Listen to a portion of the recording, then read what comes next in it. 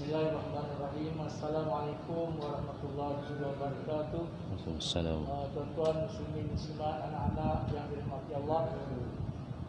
Sekali lagi saya ingatkan, apabila tuan-tuan berada dalam kawasan pekarangan masjid, apatah lagi dalam ruang solat, tuan-tuan diminta memakai pelitup mulut dan hidung. Apabila tuan-tuan masuk je kawasan masjid, itu kita dinasihatkan memakai pelitup mulut dan hidung.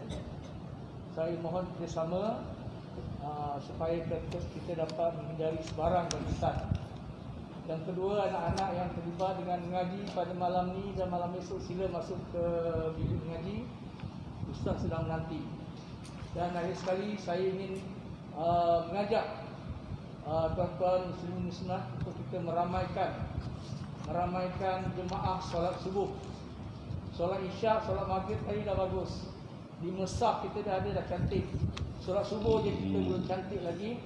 Jadi biasanya antara 2 saf lebih.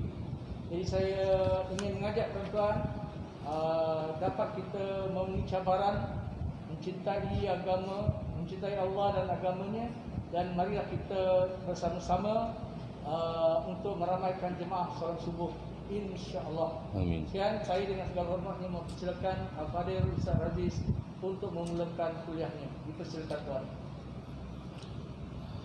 Assalamualaikum warahmatullahi ta'ala wabarakatuh. Alhamdulillahi wa kafa wa ala ibadihi alladhina astafa wa ala alihi wa ashabihi wa atba'ihi wa man tabi'ahu wa wala. Subhanaka la ilma lana illa ma 'allamtana innaka antal alimul hakim.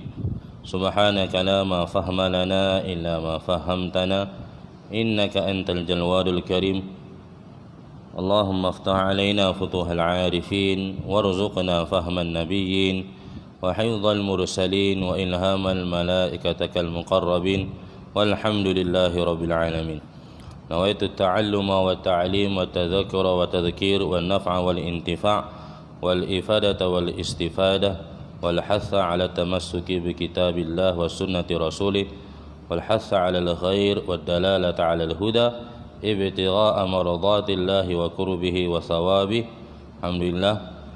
Terima kasih kepada Tuan Haji Isa atas iklan tadi, dan kita sama-sama mengambil berat supaya kita jauh daripada kita sebagai ikhtiar, itu ada ikhtiar kita supaya jauh daripada na'udzubillah jangkitan ataupun yang dipanggil wabak tersebut, insya-Allah.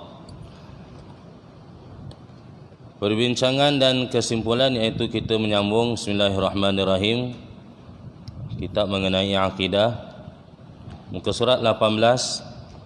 Yang ada kitab kita boleh, masya-Allah, kita boleh buka. Yang belum ada kitab dia boleh jeling-jeling kawan-kawan dia. Bismillahirrahmanirrahim. Sambungan 22 di bulan 2 minggu lepas. Akidah atau tauhid ialah memastikan kesahihan i'tikad seseorang, pegangan seseorang, pergantungan hati seseorang mengenai ketuhanan, kerasulan dan sam'iyat, perkara-perkara yang didengari. Sam'iyat ni perkara-perkara yang didengari. Kita dengar daripada Nabi sallallahu alaihi wasallam. Benda tu kita tak nampak, kita dengar je. Syurga, sesungguhnya syurga itu benar. Neraka itu benar. Azab kubur itu benar. Kita tak nampak benda tu. Itu dia panggil sam'iyat, perkara-perkara yang didengari. Dengan berasaskan dalil-dalil naqli dan aqli. Kadang-kadang dizahirkan juga sam'iyat. Buku-buku yang masyhur, contoh mastika, kan kita nak tanam je mayat, keluar ular, keluar api. Benda-benda itu kadang-kadang dizahirkan, kadang-kadang. Yang kedua, mendedahkan. Dengan kita mempelajari ilmu akidah yang betul, maka kita dapat mendedahkan pendustaan dan keraguan orang-orang musyrikin Mekah ataupun orang-orang musyrikin yang sekarang ini terhadap orang-orang yang beriman dan yang mempercayai Allah, malaikat, rasul-rasul, kitab-kitab Allah, hari kiamat, qada dan qadar. Kalau perbincangannya zaman sekarang, maka bukan sahaja mendedahkan pendustaan dan keraguan orang-orang musyrikin, orang-orang yang sesat. Dia ada kan, seperti mana kita baru dengar ni, ajaran Ibu Yati di pahaman-pahaman. Dia kata Nuh pun Rasul Allah, Musa pun Rasul Allah. Dia buat kekeliruan. Yang ketiga, dengan kita mempelajari ilmu tauhid, menetapkan keimanan di dalam hati, serta meyakinkan kewujudan Allah dan keesaannya, dan mengiktikadkan Allah, mempercayai Allah. Hati kita ni akan berpegang bahawa Allah itu bersifat kamalat, sifat kesempurnaan, dan juga tanazzuhu anin naqsi, maha suci dari sifat kekurangan. Datang je hati kita lintas, kan, kenapa macam ni, kenapa macam ni, seolah-olah kita mempertikaikan Allah Ta'ala punya kudrat, Allah Ta'ala punya susunan. Tapi kalau orang yang beriman pada Allah, datang je apa-apa musibah, dia pun terus tengok, oi, ini daripada Allah nak uji saya ada buat salah, saya ada buat silap, maka Allah tegur saya. Yang keempat, membahaskan masalah-masalah keimanan yang menjadi keistimewaan yang unggul dalam akidah dan tauhid, yang tidak didapati perbahasannya secara terperinci dalam ilmu-ilmu yang lain. Yang kelima, dengan mempelajari ilmu tauhid, kita mengenal pasti sejauh mana kesahihan i'tiqad dan keimanan seseorang yang mempercayai Allah. Kalau kita tengok kita sendirilah, tara mana tahap iman kita ni? Malaikat-malaikat.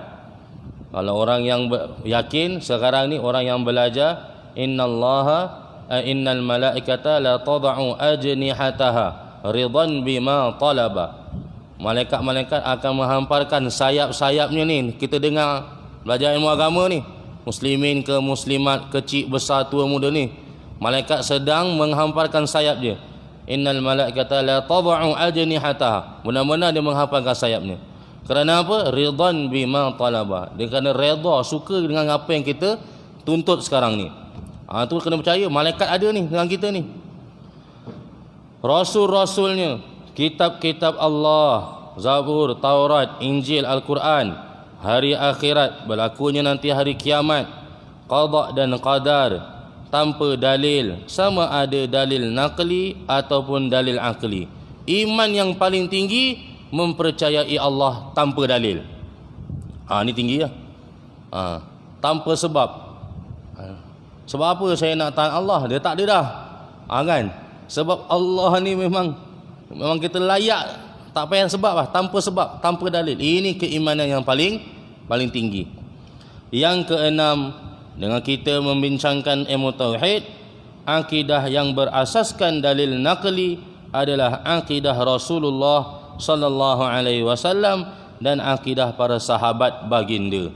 Turunnya Al-Quran, turunnya hadis-hadis melalui lidah baginda sallallahu alaihi wasallam.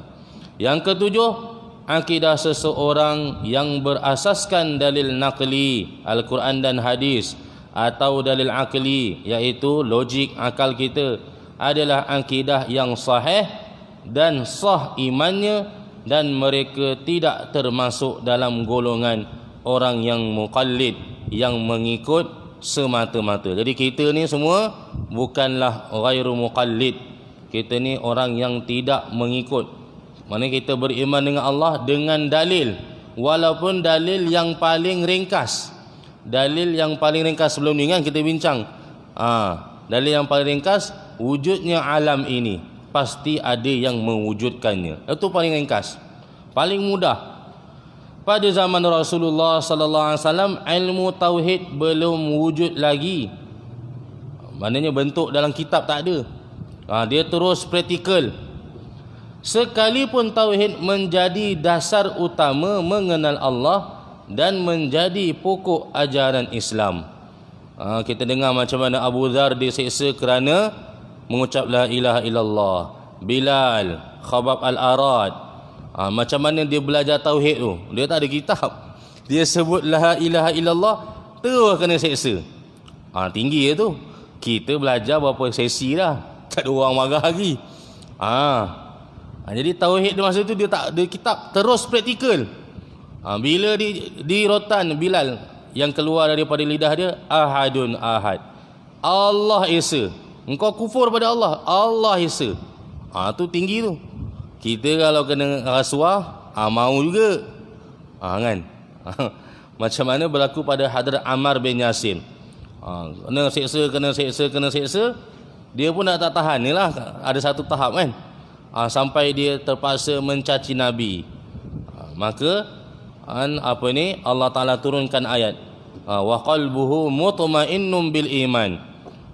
Mulut dia melafazkan, tetapi lidah dia tenang dengan iman. Nabi kata dia ni dapat keuzuran.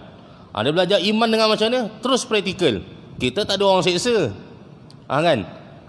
Ahasiban nasu ayyutraku ayyakulu amanna wa hum la yuftanun. Adakah manusia menyangka dia akan dibiarkan, dia boleh dilepaskan, dia boleh berkata saya beriman tanpa mana alla yuftanun, tanpa ada ujian. Sekarang ni kita melalui fasa ujian ni. Kan, datangnya musibah. Kemana kita tuju tu? Kalau kita kata ya Allah, ini Allah nak uji saya, maka iman kita betul. Itu dia punya termometer dia tu, suhu dia tu. Sekarang 34 kan, panas sekarang. Memang panas, masya-Allah. Jadi kita punya termometer iman ni macam mana? Kalau semua kita kembalikan pada manusia, tuduh orang, maka tak selesai iman kita. Ada rosaklah iman kita. Tapi kita, ya Allah, ini betul, Engkau uji kami ya Allah. Tolong ya Allah, Engkau yang hantar wabak ni, Engkau lah segera yang mengangkat.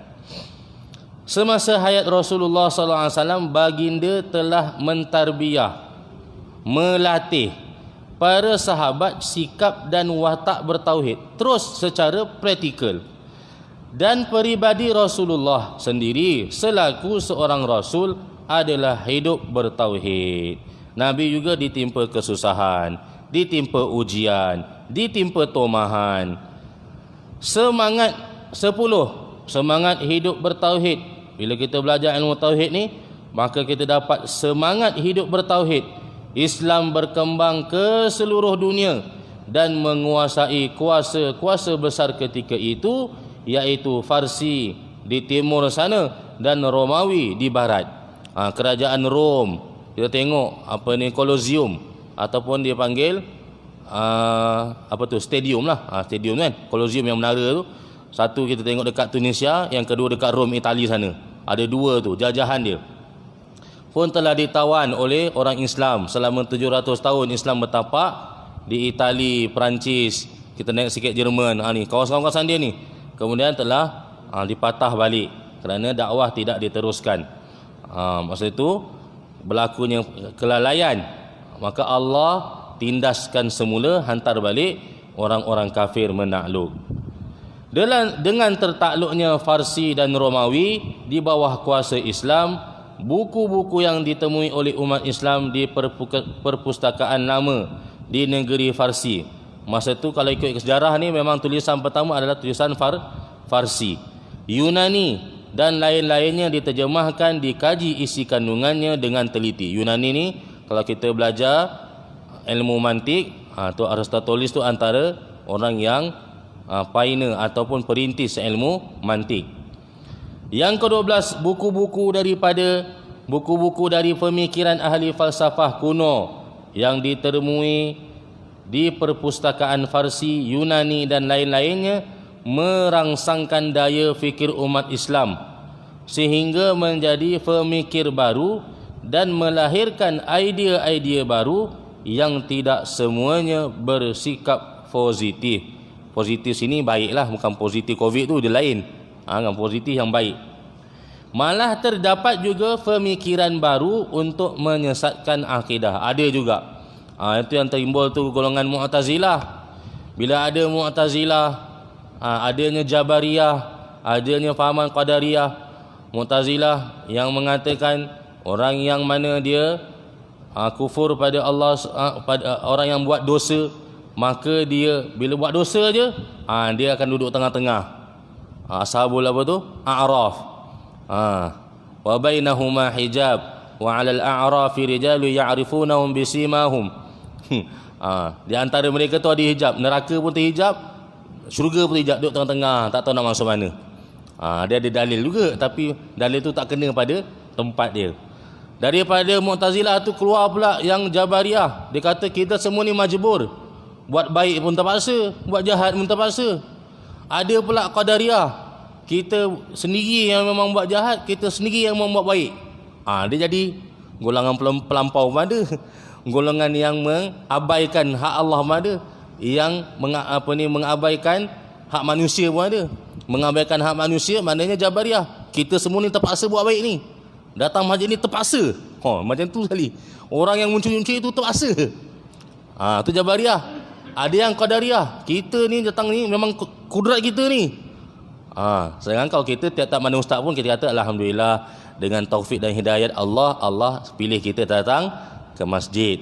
Itu perkataan ahli sunnah. Kalau yang Qadariyah, alhamdulillah kita semua mampu datang masjid. Kan? Kita sendiri nak datang masjid.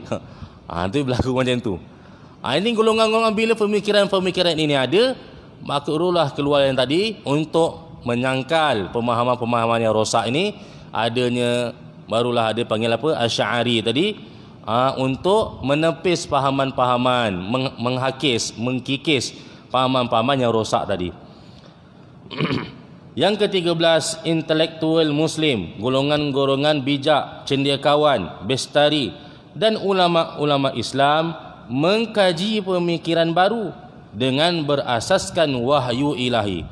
Dia ada juga ilmu tu ada, tapi sumbernya tengok teli tak, biar jangan sampai terbabas, untuk memastikan sejauh mana kesahihan pemikiran baru tadi dari sudut akidah dan tauhid. Jangan sampai tersasar, terkeluar dari landasan yang telah ditetapkan oleh syariat. Yang ke-14, tauhid sebagai intisari pati ajaran Islam telah menjadi perbahasan cendekiawan muslim dan para ulama Islam, dan menjadi suatu ilmu yang membahaskan keimanan, kepercayaan dan juga i'tiqad, pegangan hati kita. Telah ditengok semua, barulah disusun. Sebab tu kalau tauhid ni, kalau kita tengok dalam kitab, dia ada tauhid mula-mula matan, lepas tu dia ada syarahan dia tahap pertama, syarahan tahap kedua. Syarahan yang tahap ketiga ni dia dah pakai ilmu logika, sampai kita pun dah tak boleh nak capai. Dia ada lagi. Lepas tu tahap-tahap tu ulama-ulama kita susun dengan baik. Macam kita belajar tasawuf lah, kan? Dia tak boleh terus tinggi. Terus tinggi. Itu yang balik tak nampak orang tu. Orang kata gila isim tu kan. Dia ni dulu menuntut ustaz, kita pun tak tahu dia menuntut apa.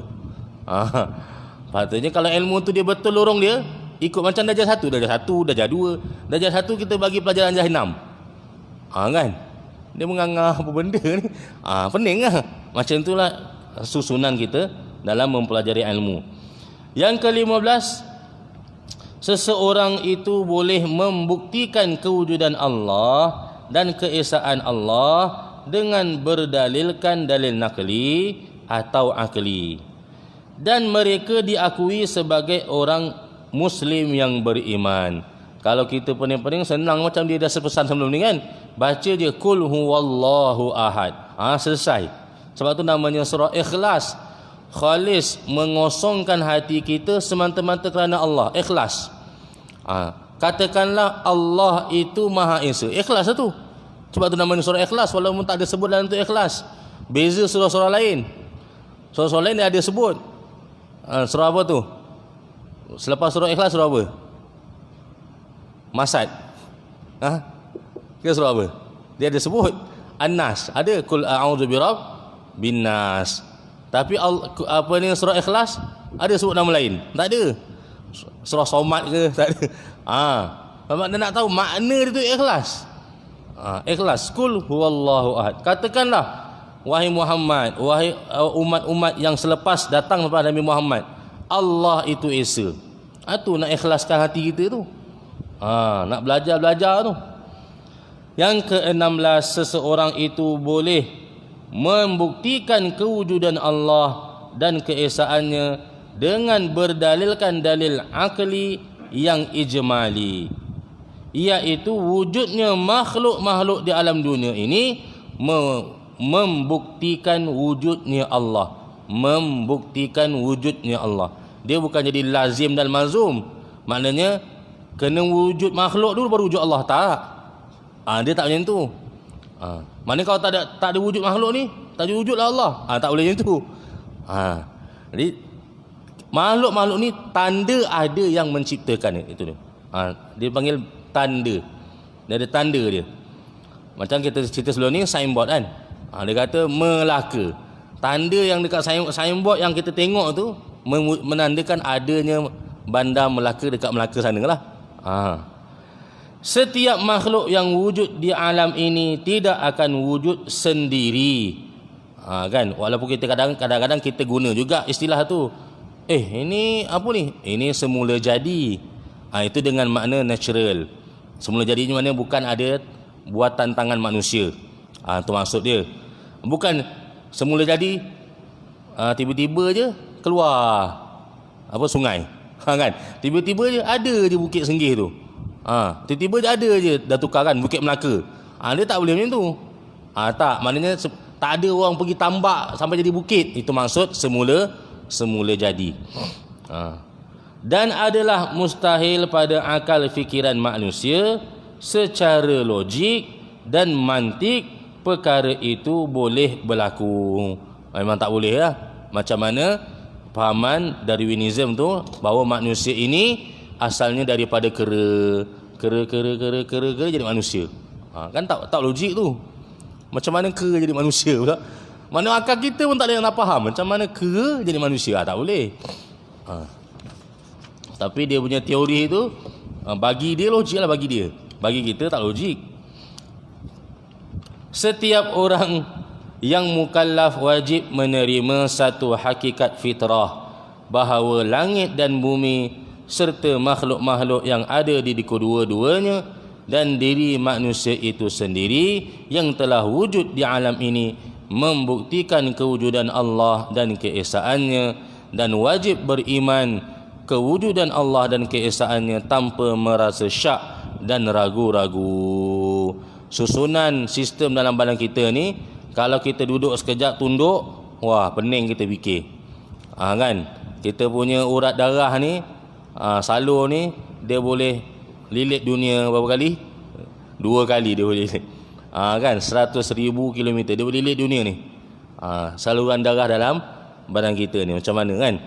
Darah-darah kita, dia punya plasma tu, dia punya lapis tu, kaifanun shizuha thumma naksuha lahma. Kau tengok dekat kau punya tulang, macam mana Allah Ta'ala lapis tulang itu dengan daging. Pening kita. Tunduk sekejap kan. Aku ni alhamdulillah orang jantung dah bypass, aku jantung dah ada degup lagi. Yang bypass pun masih degup juga, hidup je lagi. Kalau fikir tu tak boleh. Wa fi anfusikum, dalam surah Zariyat kan Allah Ta'ala sebut wa fi anfusikum afala tubsirun, juzuk 26. Pada diri kamu tu kau tak tengok ke? Tak belajar ke? Kalau duduk kejap, wah pening kita. Kantung air, usus besar, usus kecil, kan, jantung, limpa, tak boleh nak cannot imagine tak boleh nak gambarkan macam mana sistem. Tak ada manusia mampu buat macam tu. Dah lah sistem tu semua Allah buat tempat paling gelap, paling sempit, perut mak kita. Lah tu besarnya kita, elok pula besar jantung tu kan. Ikut je sekali. Tak boleh. Tak boleh nak fikir. Maknanya ada yang mewujudkan kita. Fasal yang ketiga, kepentingan akidah dalam Islam. Wah, banyak fasal dia ni. Tak masuk lagi Akidah ahli sunnah depan lagi. Okey, bagus. Bismillahirrahmanirrahim. Kepentingan akidah dalam Islam. Dalam Islam, iman yang berlandaskan akidah adalah menjadi asas suatu amalan, di mana amalan-amalan seseorang tidak akan diterima oleh Allah.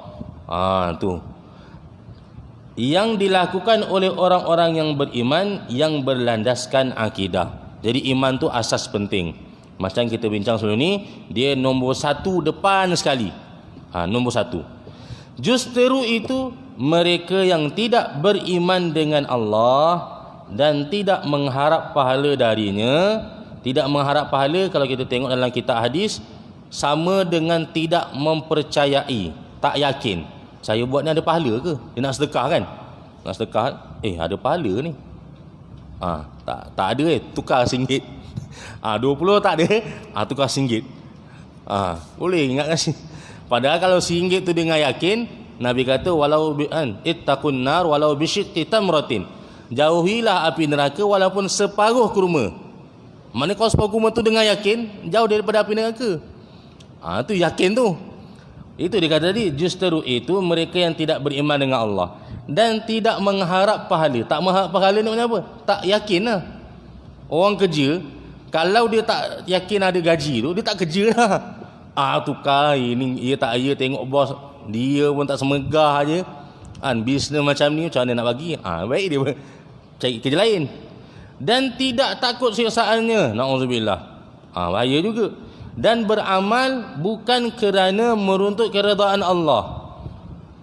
Dan tidak pula mengambil kira, iaitu tidak menghiraukan adakah amalan-amalan mereka itu sah atau batal. Ini berlaku kan? Akan datang satu zaman mereka mencari rezeki tidak kira halal atau haram. Dan adakah perbuatan mereka halal atau haram? Sapu habis, riba tak riba ke, kartil daging halal ke haram ke, asal boleh jadi duit. Maka mereka yang bersikap demikian tidak berhak menerima pahala dari Allah di atas amalan-amalan mereka kerjakan itu. Itu dia main iman tu ni. Volume iman dia. Jadi kita datang buat amal sembahyang ni atas desakan, tolakan daripada kita yakin patah pahala.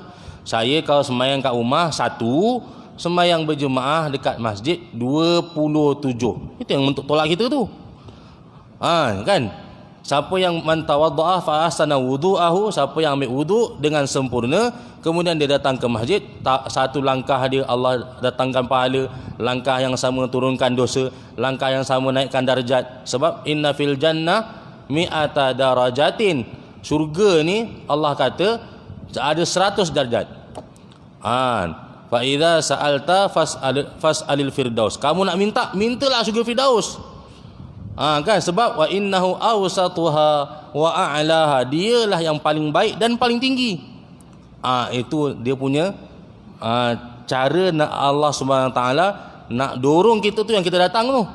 Kan, orang yang bersedekah, sembuhkanlah pesakit-pesakitmu dengan sedekah. Dia yakin dia pergi buat. Kan, orang yang pergi haji ataupun umrah, Allah akan jamin rezekinya dan takkan timpa kefakiran. Dia pergi tiap-tiap tahun umrah. Ni dia faham, kan? Kalau tak faham, tahun lepas dah pergi dah, tapi tak payah lah. Kan? Kalau dia kata, tahun lepas dah pergi, aku dah pergi, bagi anak aku yang pertama pula pergi, yang kedua pula pergi, yang ketiga pula pergi.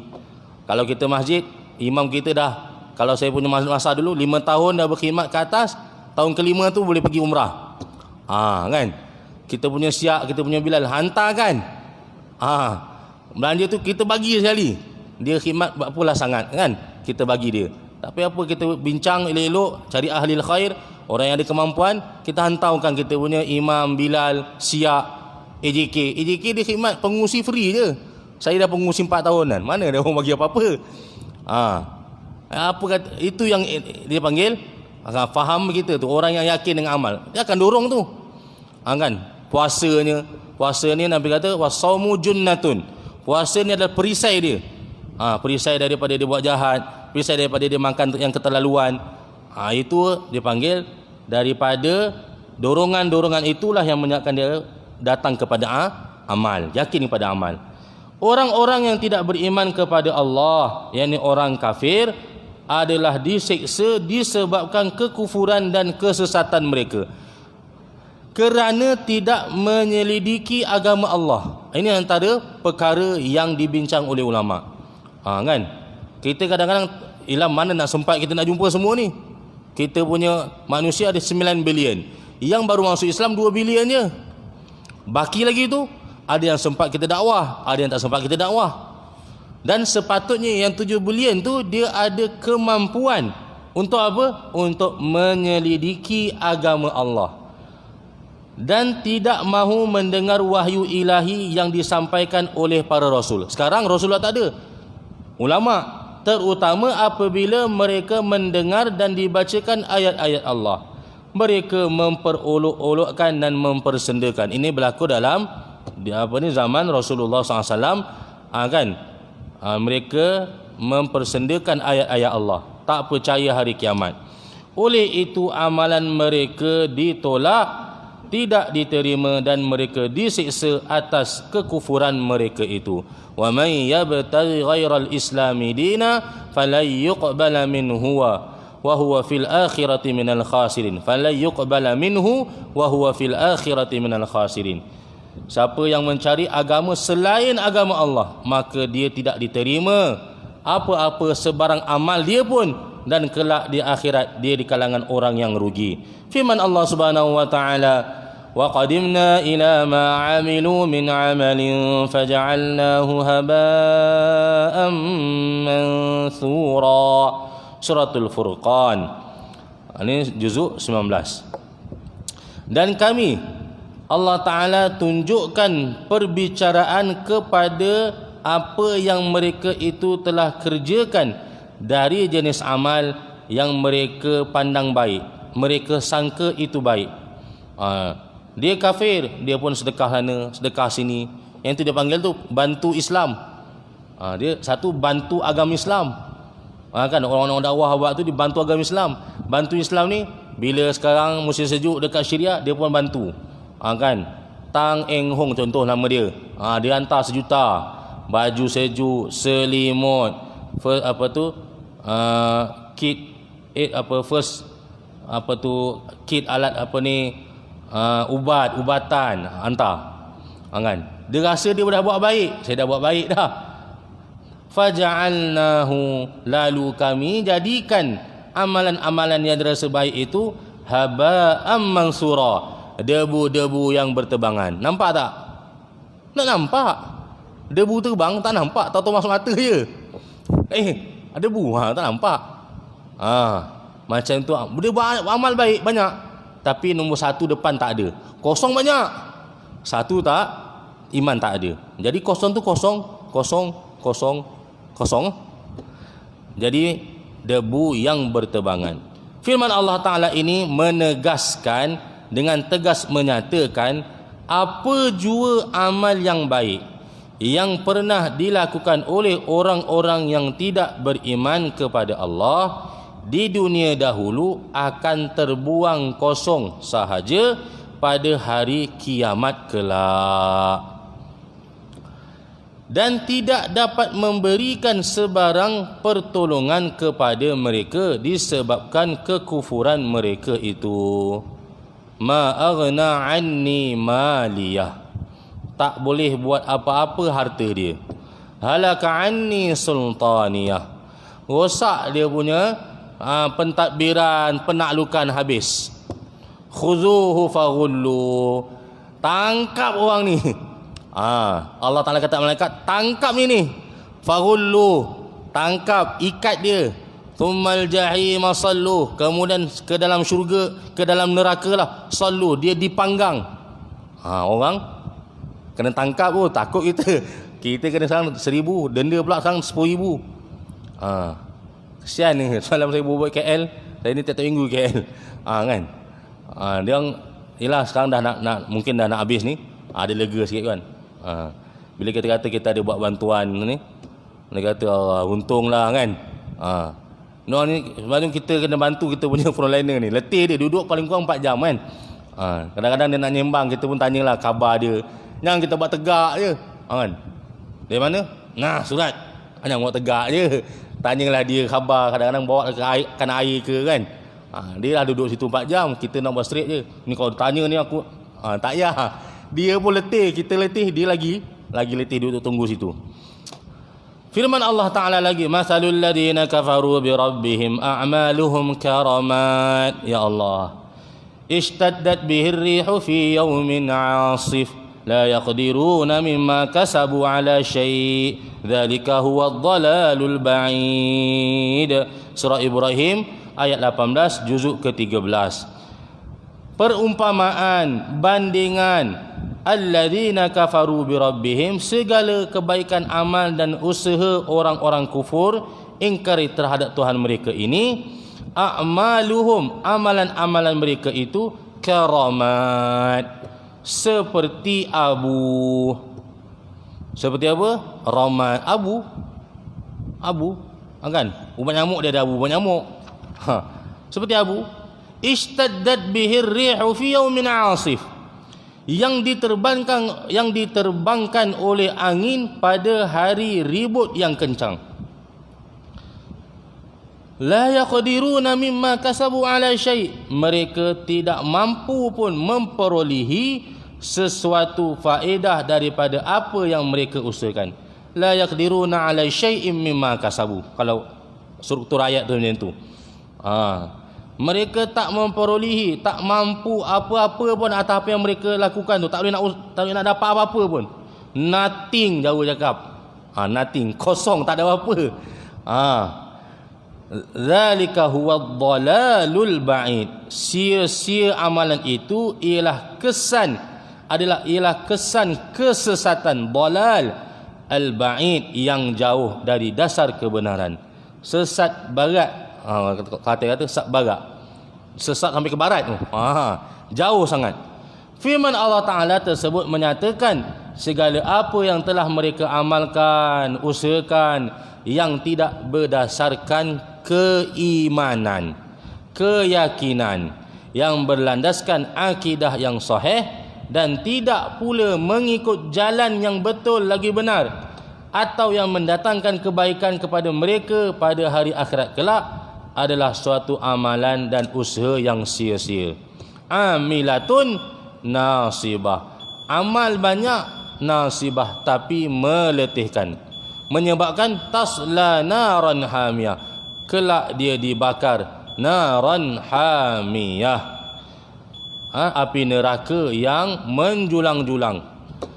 Tusqa min ainin aniyah, diberi minum daripada air dari nanah dan darah. Kan kita pun Jumaat lepas kita punya khutbah pun tajuk itulah. Siapa baca? Imam baca? Imam tu lagi baca. Dia kata neraka. Wah, bukan main Jaim punya. Kan dia bagi neraka terus. Tiba-tiba tajuk tu neraka. Saya dengar, wah apa tu panggil, garang. Orang kata neraka itu garang. Garang dia punya khutbah tu ni. Saya dalam grup pengurusi tu kan, dia ada bagi siap-siap. Wah, kata garang dia punya khutbah tu. Itu beberapa ayat lah. InsyaAllah kita akan sambung firman Allah Ta'ala yang ketiga dan seterusnya. Kesan daripada kekufuran dan tidak menerima agama Allah Subhanahu Wa Ta'ala. Jadi kesan buruk dia tu bukan dunia tak nampak lagi, tapi akhirat. Kan? Kesan dia sangatlah buruk. Wallahu ta'ala alam. Semoga ada baiknya apa yang kita pelajari hari ini, meningkatkan amal kita. Dan seningan itu alhamdulillah, bangunan kami yang tingkat pertama dah sempurna. Dia punya bingkai nako dan juga pintu kita dah buat, dan tambahan tiang. So next ni untuk bulan ni, dia 4 bulan lah tempoh untuk kita buat slab tingkat yang kedua tu. Kos dia menelan 100,000, dia punya besi, dia punya akan dia bila lantai tu kan. Jadi insyaAllah yang siapa-siapa yang ada kelapangan daripada segi hartanya, dia boleh infakkan. Dan itu infak dia terpulang, dia nak buat sumbangan ataupun wakaf ataupun apa-apa jenis, dia kena sebutlah dengan jelas Kalau dia diwakaf, maka sebatu wakaf tu, satu batu, satu bata yang dia wakafkan akan berkekalan lah selama mana pahala-pahala anak-anak tahfiz kita. Kita pun 2 minggu lepas saya dah cerita tu, Melaka Kubur Munajat tu pun antara masjid yang terlibat. Antaranya asasnya adalah kita punya Datuk Azhan ataupun kita punya CM kita minta supaya anak-anak tahfiz ni punya doa lah, kan. Tu dan minggu ni kita selesaikan dia punya sumbangan daripada Maim. Tiap masa-masa yang terlibat tu kita bagi 500. Tu dah selesai, alhamdulillah. Supaya itulah amal-amal anak-anak kita ni lah yang kita harapkan supaya khususnya negeri Melaka dan umumnya seluruh negara disegerakan wabak ni. Sebab banyak benda yang kita Melaka alhamdulillah lah, banyak negeri macam Selangor khususnya belum lagi boleh sembahyang dengan macam kita, belum lagi ada kuliah macam kita. Ni Allah segerakan lah. Saudara-saudara kita juga kan, kampung saya juga dah tak balik berapa bulan, kan. Saya punya kebun dah tak tahu jadi hutan ke jadi apa ke lah, entahlah. Ini berlaku. Jadi kita harapkan doa-doa orang yang dekat dengan Allah Subhanahu Wa Taala. Jadi siapa-siapa yang nak infak tu boleh jumpa dengan saya direct terus boleh, atau melalui yang kita ada bagi dekat siapa, di ISA pun ada tu. Semoga Allah Taala mudahkan perjalanan manasa-manasa di seluruh negara dan di seluruh alam insya-Allah. Allahumma salli wa sallim wa barik ala sayidina Muhammad. Allahumma hdina wa hdi bina wa hdina jami'a waj'alna sababan liman ihtada. Allahumma arzuqna at-taubata wal inabah. Allahumma jammilna bil afiyati was salamah wa haqqiqna bit taqwa wal istiqamah wa haqqiqna bit taqwa wal istiqamah wa haqqiqna bit taqwa wal istiqamah wa a'idna min mujibatin nadamah fil hali wal ma'al innaka ala kulli syai'in qadir walhamdulillahi rabbil alamin wabillahi taufiq wal hidayah. Assalamualaikum warahmatullahi taala wabarakatuh.